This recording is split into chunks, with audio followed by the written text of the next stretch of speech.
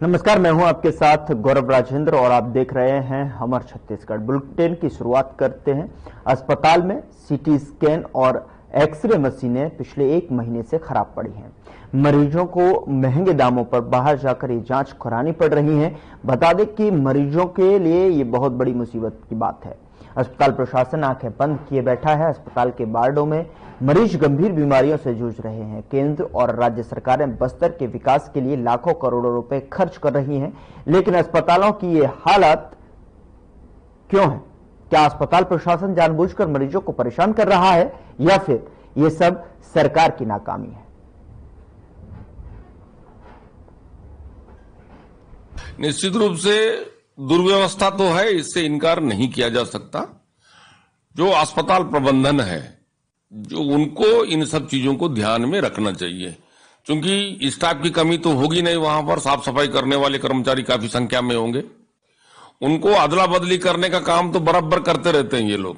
जो सफाई जो कंपनी है, जो गार्ड नियुक्त करने वाली जो कंपनी है, उन्हीं गार्डों से पैसा लेके नए गार्ड लगाने का जो काम करती है, तो ये करने में तो अव्वल नंबर है। किंतु साफ सफाई पर हॉस्पिटल प्रबंधन ध्यान ना देना ये दुर्भाग्यजनक है।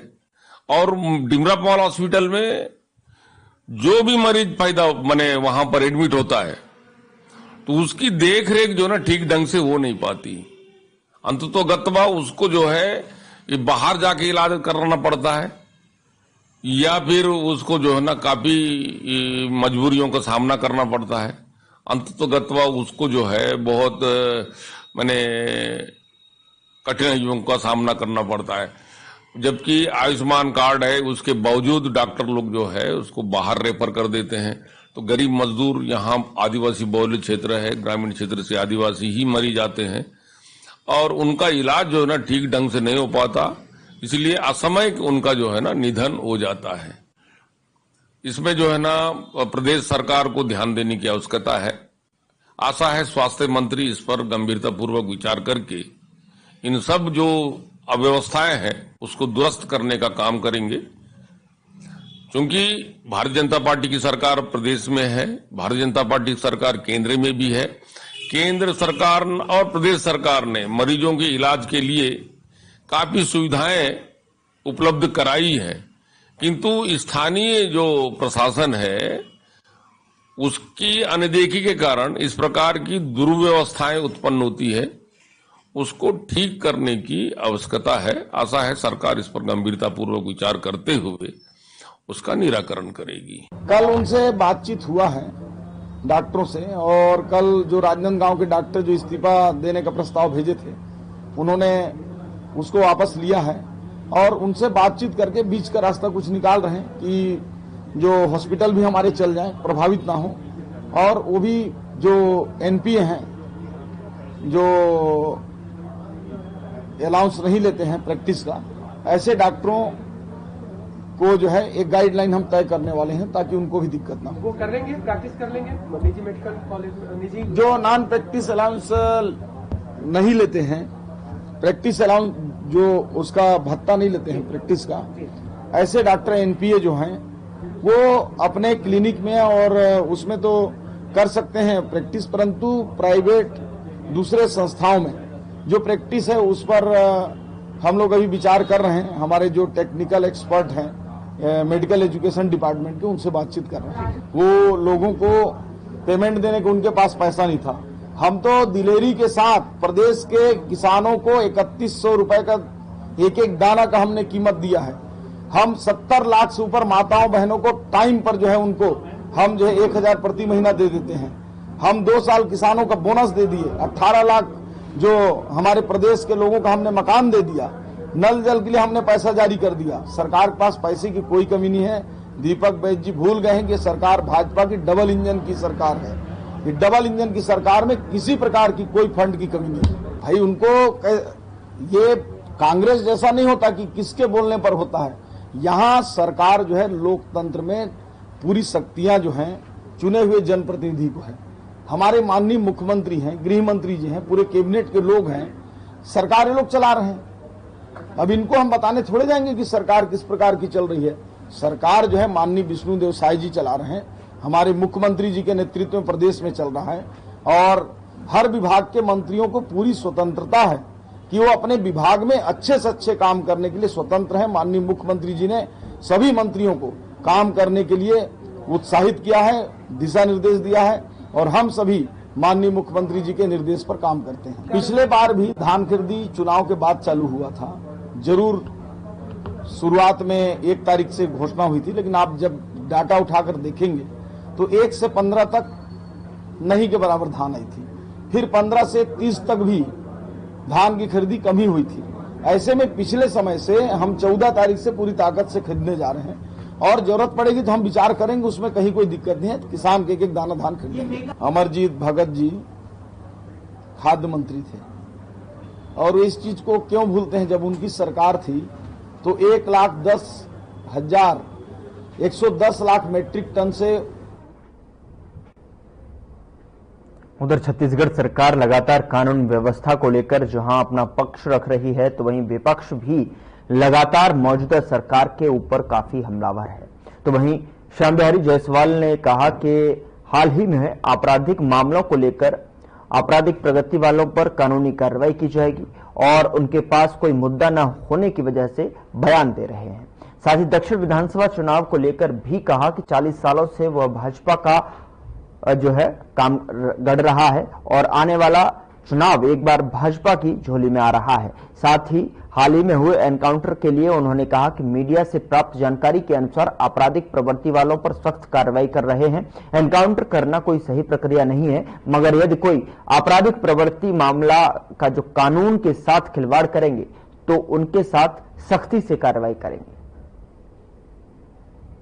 हम शुरू से कहते आ रहे हैं कि प्रदेश में लॉ एंड ऑर्डर की जो स्थिति है उसको खराब करने वालों को किसी भी कीमत पर सरकार जो है बख्शने वाली नहीं है। और जहां तक इनकाउंटर की बात है उसकी मुझे जानकारी अभी नहीं है, क्योंकि मैं अभी सुबह से समाचार देख भी नहीं पाया हूं।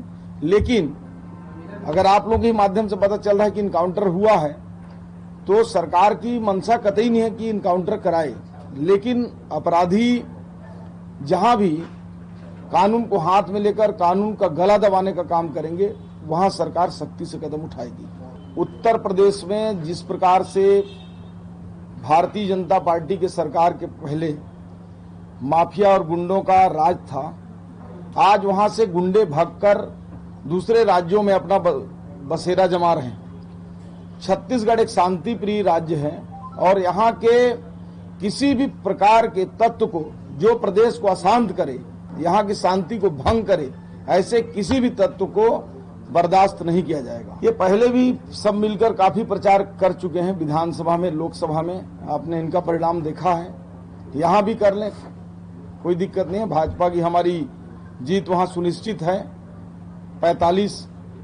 40 साल से हमारा भाजपा को वहाँ 8 बार से विधायक है, 9वां बार भी विधायक बने। देखिए, चुनाव में एक वातावरण बनता है, परंतु आजकल के जो वोटर हैं वो सभी जानते हैं कि वोट किसको देना है, किसको चुनना है। इससे किसी प्रकार का फर्क नहीं पड़ेगा। कांग्रेस के नेता एक्चुअल में विचलित हो चुके हैं। उनको ये समझ में नहीं आ रहा है कि हम बताएं क्या, बोलें क्या। एक और तो कांग्रेस बोलती है कि लॉ एंड ऑर्डर खराब है, स्थिति खराब है, प्रदेश में कानून का जो राज है उसका दबाव नहीं है। दूसरी ओर वही कांग्रेस इस प्रकार की बात करती है कि लोगों को संरक्षण नहीं है। तो कल की जो बलौदा बाजार की घटना है, वहां का मैं प्रभारी मंत्री हूं, पूरे घटनाक्रम पर मैंने जानकारी ली है। वहां पे चूंकि पुलिस ने जो भी कार्रवाई की वो पुलिस का अधिकार है, करना चाहिए। कोई गलत काम करता है, कोई अवैधानिक काम करता है, पुलिस निश्चित रूप से कार्रवाई करेगी, उसमें कहीं दिक्कत नहीं है। परंतु किसी भी व्यक्ति को यह अधिकार नहीं है, कानून के रक्षक को भी, कि किसी का मार के हाथ पांव तोड़ दें। और कल प्रथम दृष्टिया में यही बात आई कि वहां के टीआई और 2 कांस्टेबल मिलकर एक व्यक्ति को इतना मारे कि उसका हाथ पांव टूट गया। इसलिए प्रारंभिक स्तर पर टीआई और 2 आरक्षक को सस्पेंड करके जांच कर रहे हैं। कोई उनके ऊपर दोष अधिरोपित नहीं किया। अभी जांच के लिए जो एसडीओपी स्तर के अधिकारी को नियुक्त किए हैं और जैसे ही उसमें जांच होगी तो ये तय हो जाएगा कि वो उधर दक्षिण विधानसभा चुनाव को लेकर अब कुछ ही दिन शेष बचे हैं और जिसको लेकर राजनीतिक पार्टियों के द्वारा अब प्रचार प्रसार तेज कर दिया गया है। साथ ही काफी तीखी बयानबाजी बीजेपी और कांग्रेस में देखने को मिल रही है। इसी सिलसिले में पीसीसी चीफ दीपक बैज ने आज पीसी की और आइए आपको भी सुनाते हैं क्या कुछ कहा दीपक बैज ने अपनी पीसी में। अपने दिखा के जाए अब वो तो ठीक नहीं। इस तरह के मामलों को सरकार को संज्ञान में लेना चाहिए। अब नियम कायदे के हिसाब से परमिशन उनको देना चाहिए और शर्तों के आधार पर परमिशन देना चाहिए, लेकिन किसी को अपनी अभिव्यक्ति के लिए आप रोकना मैं समझता हूं उचित नहीं है।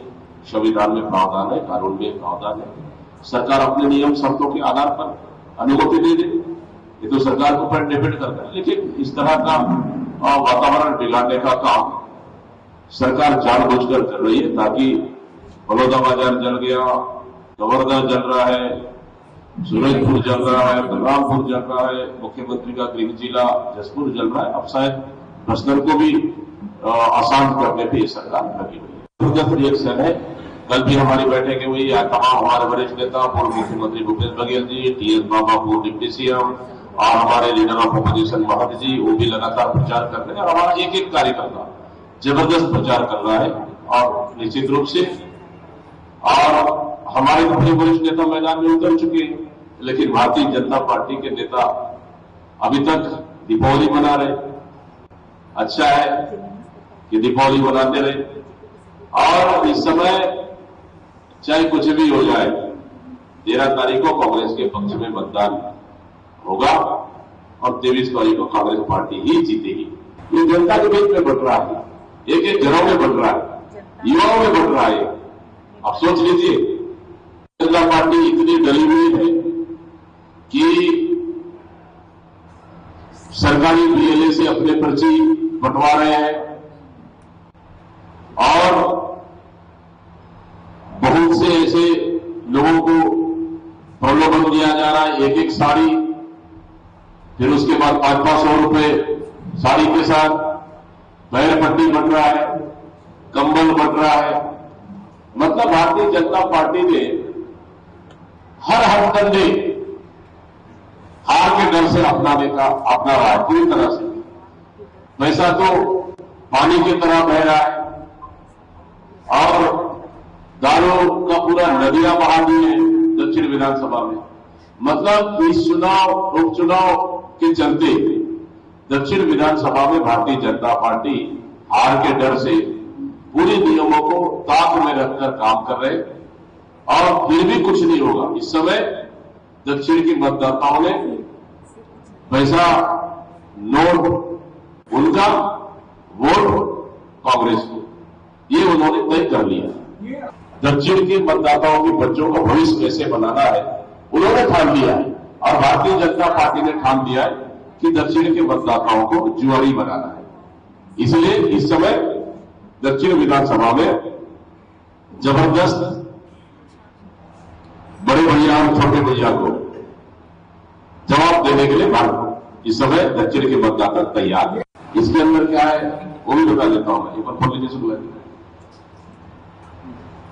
मतलब प्रदेश में लगातार अपराध चरम पर है, अपराधियों का मनोबल चरम पर है। गली गली शराब बिक रही है और सूखे नशे के चपेट में और भारतीय जनता पार्टी युवाओं को अपनी प्रचार सामग्री के रूप में जुआ खेलने के लिए अब ताश भी बांट रही है।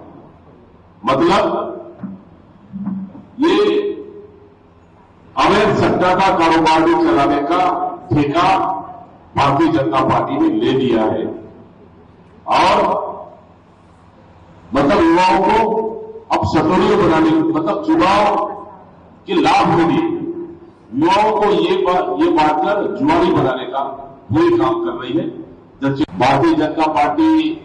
और मोहन भैया बहुत ज्यादा शायद अहंकार में है, लेकिन ये उनको पता होना चाहिए उनके पास भी खुद के पास एक ही वोट है, एक ही वोट डालेंगे वो। उधर रायपुर दक्षिण विधानसभा में उपचुनाव को लेकर अब राजनीतिक पार्टियों के द्वारा प्रचार प्रसार तेज कर दिया गया है और 13 नवंबर को होने हैं और विधानसभा चुनाव के, जिसकी वजह से लगातार पार्टियों द्वारा प्रचार प्रसार किया जा रहा है। इसी सिलसिले में कांग्रेस के सभापति प्रमोद दुबे ने पीसी की। आइए आपको सुनाते हैं क्या कुछ कहा उन्होंने अपनी इस पीसी में। बखूबी किया हमारे मुख्यमंत्री जी ने, लोगों की, भूपेश बघेल जी ने केवल 2 पीड़ा जीवन में सबसे महत्वपूर्ण होती है, एक शिक्षा और दूसरा स्वास्थ्य। शिक्षा के लिए उन्होंने पूरा आत्मानंद स्कूल खोल दिया और स्वास्थ्य के लिए हमारा अस्पताल खोल दिया। ये 2 ही तो जीवन में बड़े खर्चे होते हैं क्या? ये दोनों से अगर आदमी को निजात मिल गया तो आपके जीवन में 90% आपकी राशि जो है इसी में जो खर्च होती है, उसको बचाने का काम कौन सी सरकार ने की है, ये मैं भारतीय जनता पार्टी के नेताओं से पूछना चाहता हूं।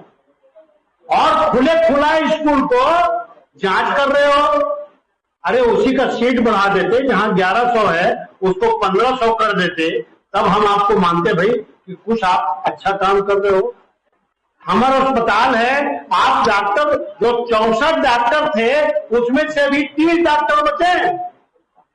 जो भूपेश बघेल जी ने जो अस्पताल खोल, ये हकीकत तो भी जानते ही नहीं है इनके नेता लोग। आयुष्मान कार्ड चिल्ला रहे हैं, आयुष्मान कार्ड भी इलाज हो रहा है। 2000 करोड़ रुपया डॉक्टरों का बाकी है। आप में से बहुत सारे लोग होंगे, एक विजन आयुष्मान कार्ड लेकर के अस्पताल में चले जाओ और आपका इलाज हो जाएगा, तो आप जो बोलोगे मैं करने के तैयार। 2000 करोड़ रुपए डॉक्टर का बाकी है। अभी पेपर में पढ़ रहे डॉक्टर लोग रेजिग्नेशन देने की याद है। कौन सा सरकार चला रहे हैं, किसकी सरकार चला रहे हैं? मजा मजा में सब हवा छाप बात करने वाले लोग हैं। तो जमीन है वो चारागन की जमीन है, वो चारागाह की जमीन थी। तत्कालीन मुख्यमंत्री माननीय अजीत जोगी जी के समय से वहां जो लोग बोते हैं, वो लोगों ने फिर से निवेदन किया था कि इसमें हम बोते आए हैं। उस समय भी जब कांग्रेस की सरकार थी, उस समय इनको बोने के लिए अनुमति वापस दे दी गई थी। फिर अभी एक नया चीज सुनने में आया कि वो जमीन को किसी ने किसी के माध्यम से बेच दिया। अब वो तो चारागन की जमीन बिकी कैसे, ये शोध का विषय था। उस समय जब हमारी सरकार थी उन्होंने जांच करने का आदेश जारी किया, जांच भी शुरू हुई। जब जांच शुरू हुई उसके 1 साल तक के ये जांच अभी तक के भारतीय जनता पार्टी की सरकार ने रिपोर्ट नहीं दे पाई। अब वहां किसने जमीन बेची, हम लोग खुद ही जांच की मांग कर रहे थे भाई। उस समय वहां के जो पार्षद हैं सतनाम सिंह पनार, उन्होंने सार्वजनिक रूप से कहा कि हम लोग जांच की मांग कर रहे हैं। कलेक्टर ऑफिस में वो लोग पूरे मोहल्ले के लोग गए थे, हम लोग खुद जन दर्शन में गए थे कलेक्टर के पास। ये तो केवल भारतीय जनता पार्टी के जो लोग हैं वो कोई भी एक आठ जांच आप बता दो जी, वो जांच वो लोग कोई किए हैं क्या? एनआईए की जांच से शुरू करो आप।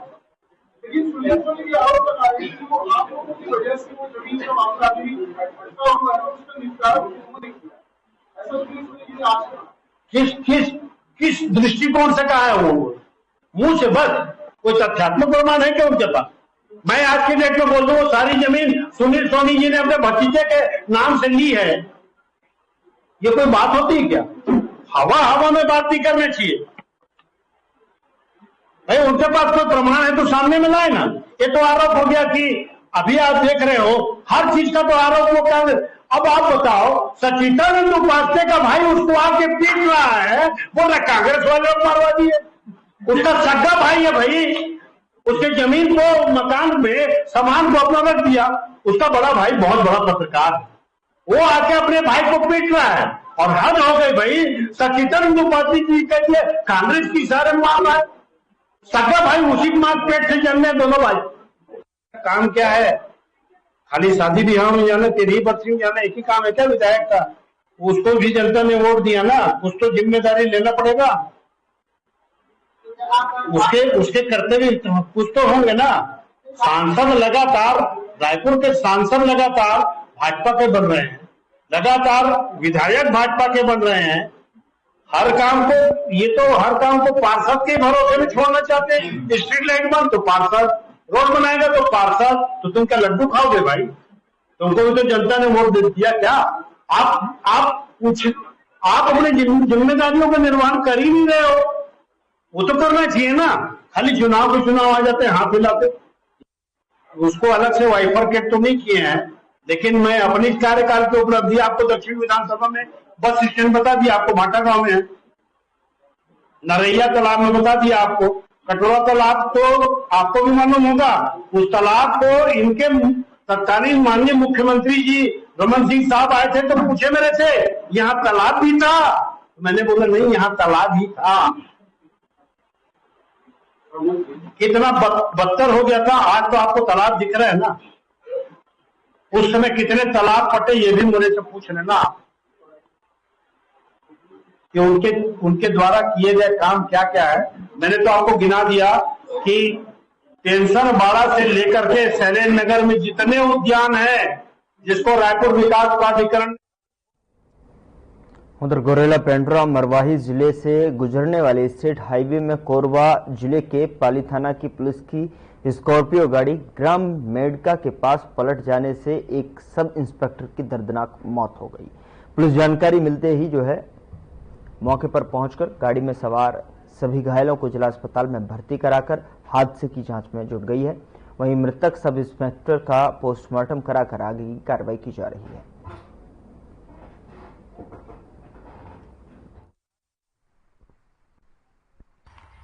ये लोग कानपुर से वापस पाली थाना के लिए जा रहे थे। जैसे मेडका के पास पहुंचे थे वैसे इनका गाड़ी अचानक पलटी हो गया, जिससे मौके पर ही एक एएसआई का मौके पर ही मृत्यु हो गया है और एक आरक्षक घायल हुआ है। घायलों की क्या कंडीशन है? घायल अभी ठीक ठाक है, इलाज जारी है उसका। आरोपी को लेकर के आ रहे थे तो आरोपी के साथ? आरोपी को नहीं, आरोपी पता तलाश में गए थे, आरोपी नहीं मिला तो वापस थाना अब जा रहे थे लोग। कहाँ की पुलिस थी सर? ये पाली थाना कोरबा जिला के पुलिस थे। उधर रायपुर के साइंस कॉलेज परिसर में भारतीय सड़क कांग्रेस के 83वें अधिवेशन का शुभारंभ हुआ एवं राज्य मंत्री नितिन गडकरी ने शिरकत की और इस मौके पर सीएम विष्णुदेव साय और डिप्टी सीएम अरुण साव समेत जो है दूसरे गणमान्य लोग भी मौजूद रहे।